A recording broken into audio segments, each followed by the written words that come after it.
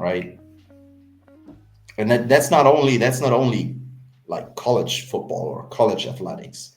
High school is the same.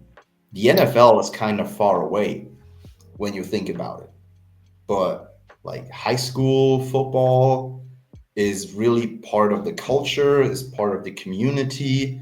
Everybody's been at a high school at one point in their life, so they can somewhat relate to their high school program in football.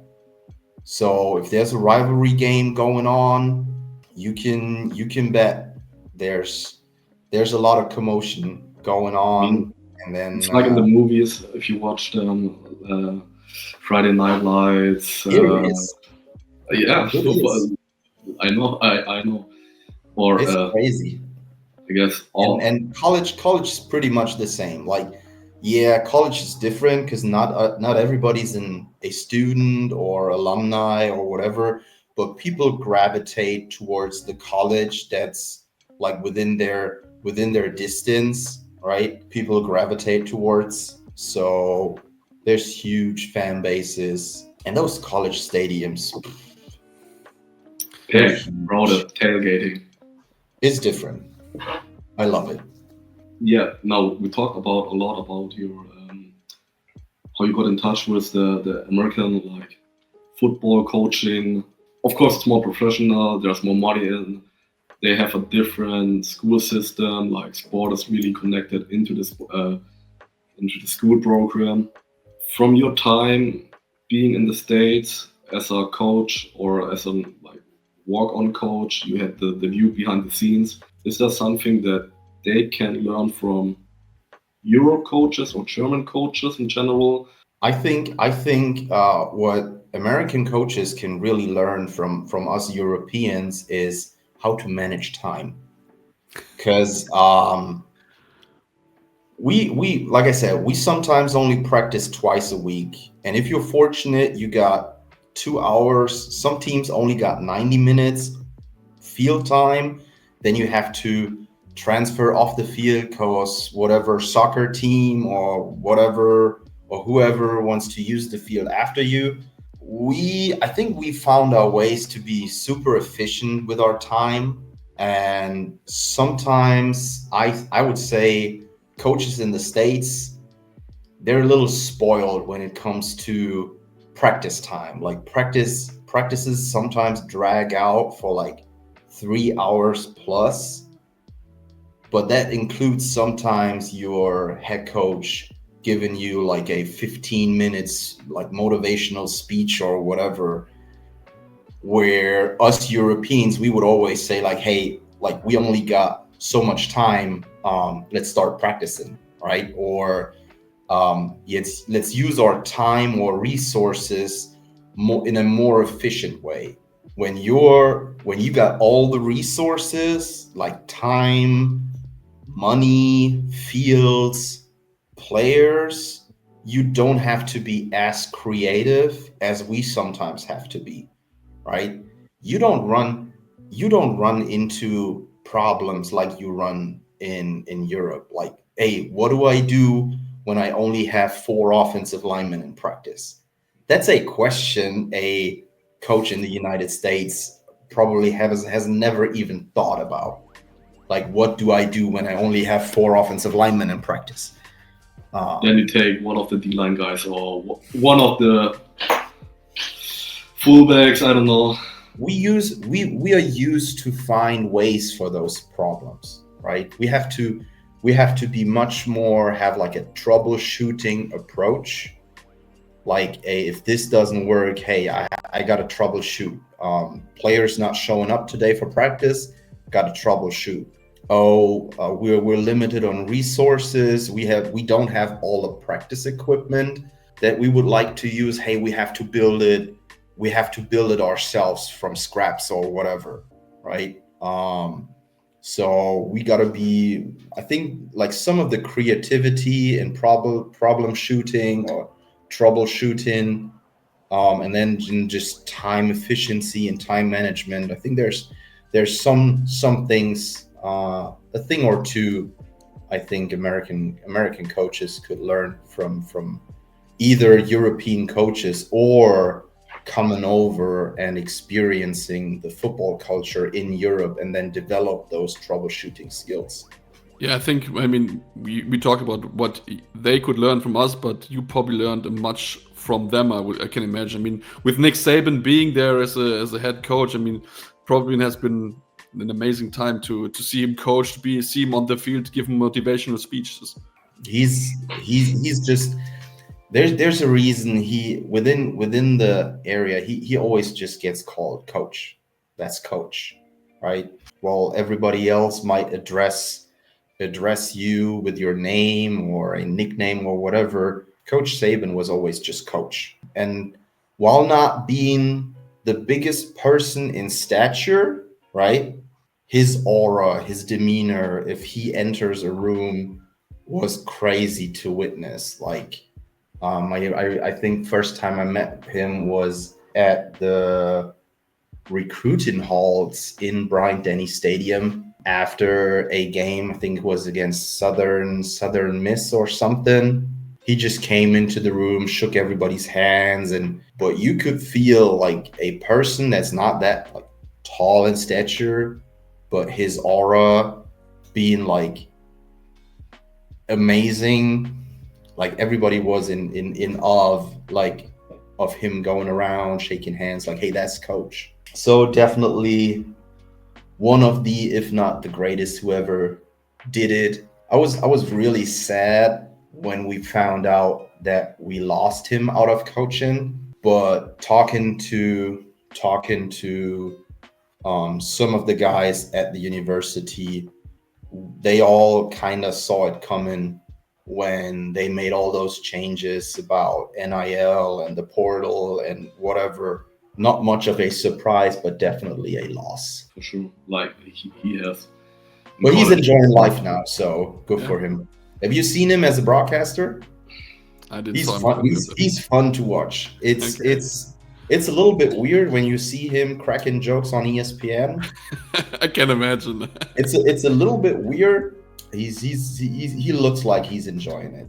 Was there any specific thing that surprised you when you met him, when you talked with him, or something that you didn't expect, maybe from looking outside at him as his coach? Nah, not really. All passion, all business. Yeah, I was starstruck. I was flabbergasted. But were you more impressed by meeting those coaches or meeting players who made it maybe into the NFL or had like 5-star recruits or dedicated? It's a little bit weird. I had one interaction that I remember of with Najee Harris after practice. Najee came up to me, and he was under the impression that he picked up some German words somewhere at the university. And he just came up. That was our first interaction. He introduced himself, and then he just said something that I don't really remember. It just sounded weird, like "taka taka." What he wanted to say was "thank you," so he wanted to say "danke." Man, just shining ray of sunshine. Super happy guy. Super approachable guy. I mean, that's guys that are between like 18 and 21 years old. They're living the dream. They're playing at one of the, if not the best university at the time. They could focus all their efforts onto football, and everybody is kind of led towards a great career, be it playing football or succeeding after their college career. So it was pretty cool. The receiver room in 2019 was crazy.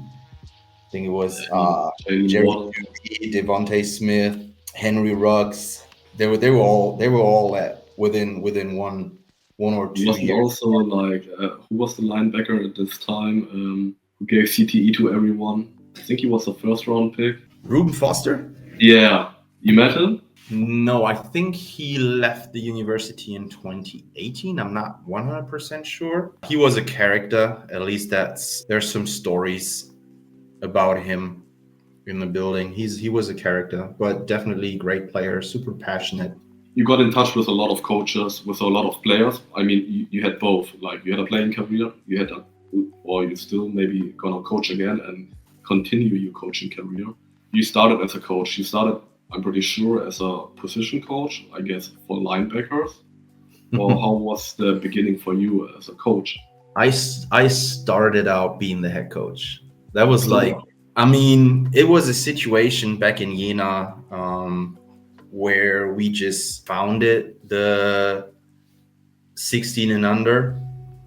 The team was in need of a head coach. And to be honest, like, it's more of a organizational position. Like, you have to organize practice, you have to organize players, you have to organize coaches. That's not super sports specific. My actual first coaching position was being the head coach and linebackers coach, and then switched over to being the coordinator in Magdeburg, and then when I started back out in Stuttgart, became the defensive coordinator and linebackers coach before I took over the 19 under team in 2019 as the head coach. So was always a head coach for whatever reason. Okay, crazy. So, I mean, as a head coach, like, of course you can coach positions at the same time, but you are more the manager of the team. You have to schedule the practice, planning away games. That's basically like you're the CEO of the company, and your job is to plan and to delegate. That's the two things you got to do. You got to plan, and then you got to delegate tasks, and then obviously build a culture. Like, your responsibility as the head coach is build the culture for your team. You're the last instance that decides over disciplinary measures. You recruit coaches to your staff. You're responsible for non-football activities to make sure, like, hey, if I want to build a great team, I want to build a great culture, we got to make sure that our players spend time off the field with each other just to get to know each other. Because when we're talking like 19 under or 16 under, they might not all go to the same school or spend time with each other off the field. So making room for that is definitely part of your head coaching duties as well. And then just the overall direction you want your team, your program, depending on how big your responsibility is to develop those, I guess, falls under your direction.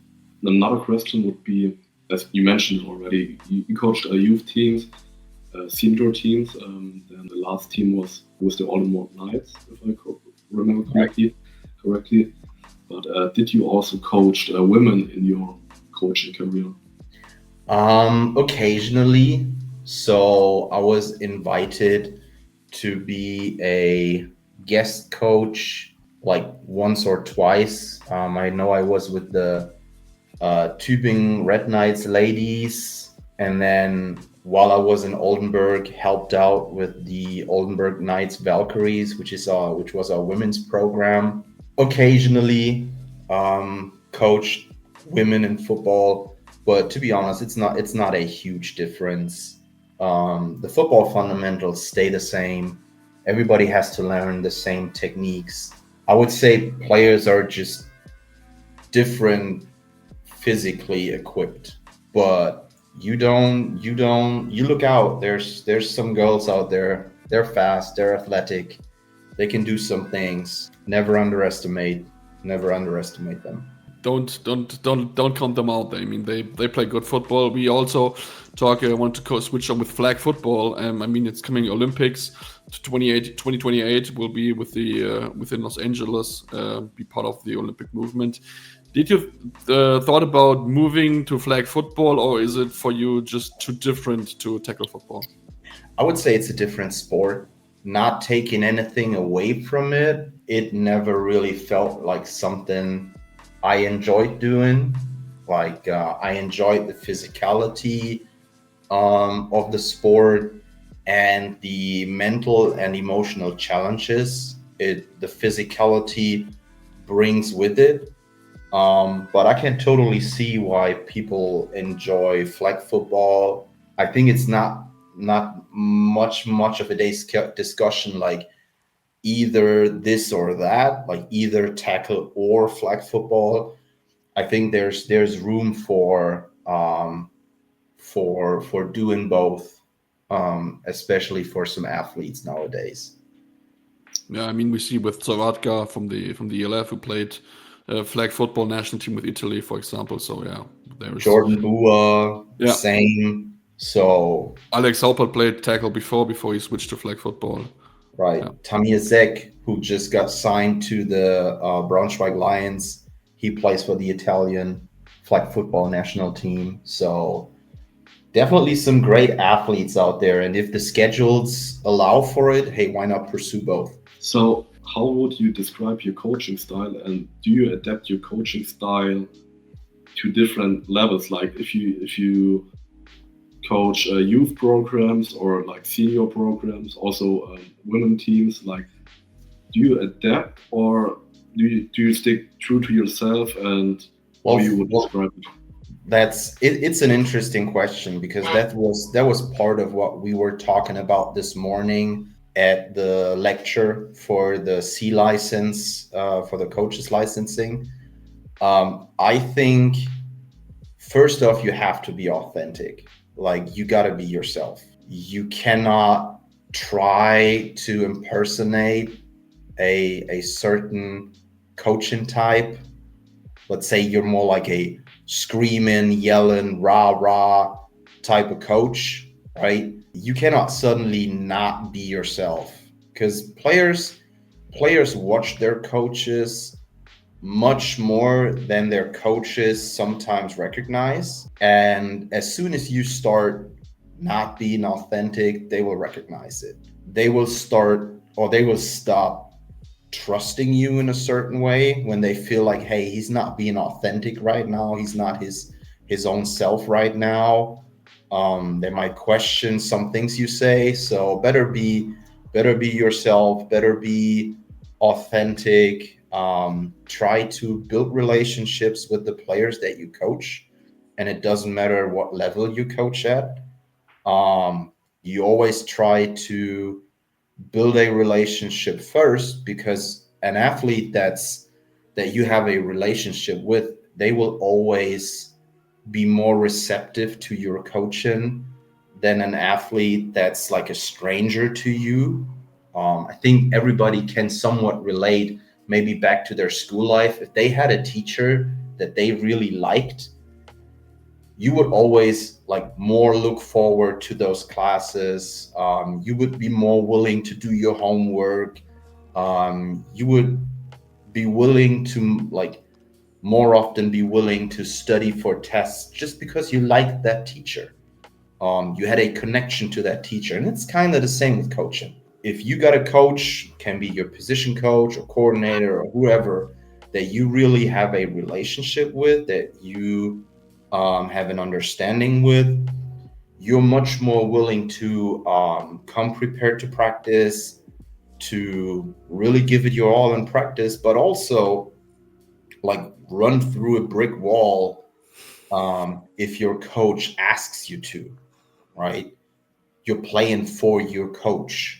So I would say that coaching style never changes. I think what changes depending on the level is like the floor ground where you start off. Like, do I have to start with like the most basic of fundamentals?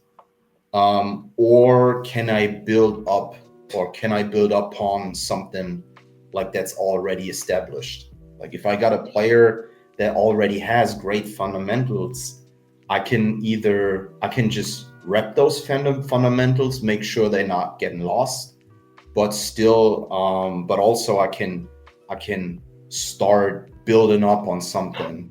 That was, for example, the case. I don't know if you know Thomas Schnurrer, one of the greatest linebackers in Europe that I was blessed to coach. I came to Graz, and I think Thomas was already like a 4-time AFL defense MVP. That's a situation you come in as a coach, and you gotta like tell yourself like, hey, I'm not gonna teach that guy tackling. I'm not gonna teach that guy like how to read defenses or whatever. So first, when I came there, we had a good talk, Thomas and I, and we agreed upon like, hey, I'm not gonna change the way you play football, because you've been one of the best linebackers in Austria for the past 4 or 6 years. So my job is a little bit different. My job is to supply you with all the information you need throughout the week to be able to perform on game day, right? This is our keys. This is the tendencies that our opponent gives us. This might be a special play that we have to attack a certain way, but I'm not going to teach you like how to tackle or how to take read steps or whatever, right? So I think your coaching style doesn't change. Whether or not there's a foundation that you can build upon, that might change depending on the level of coaching.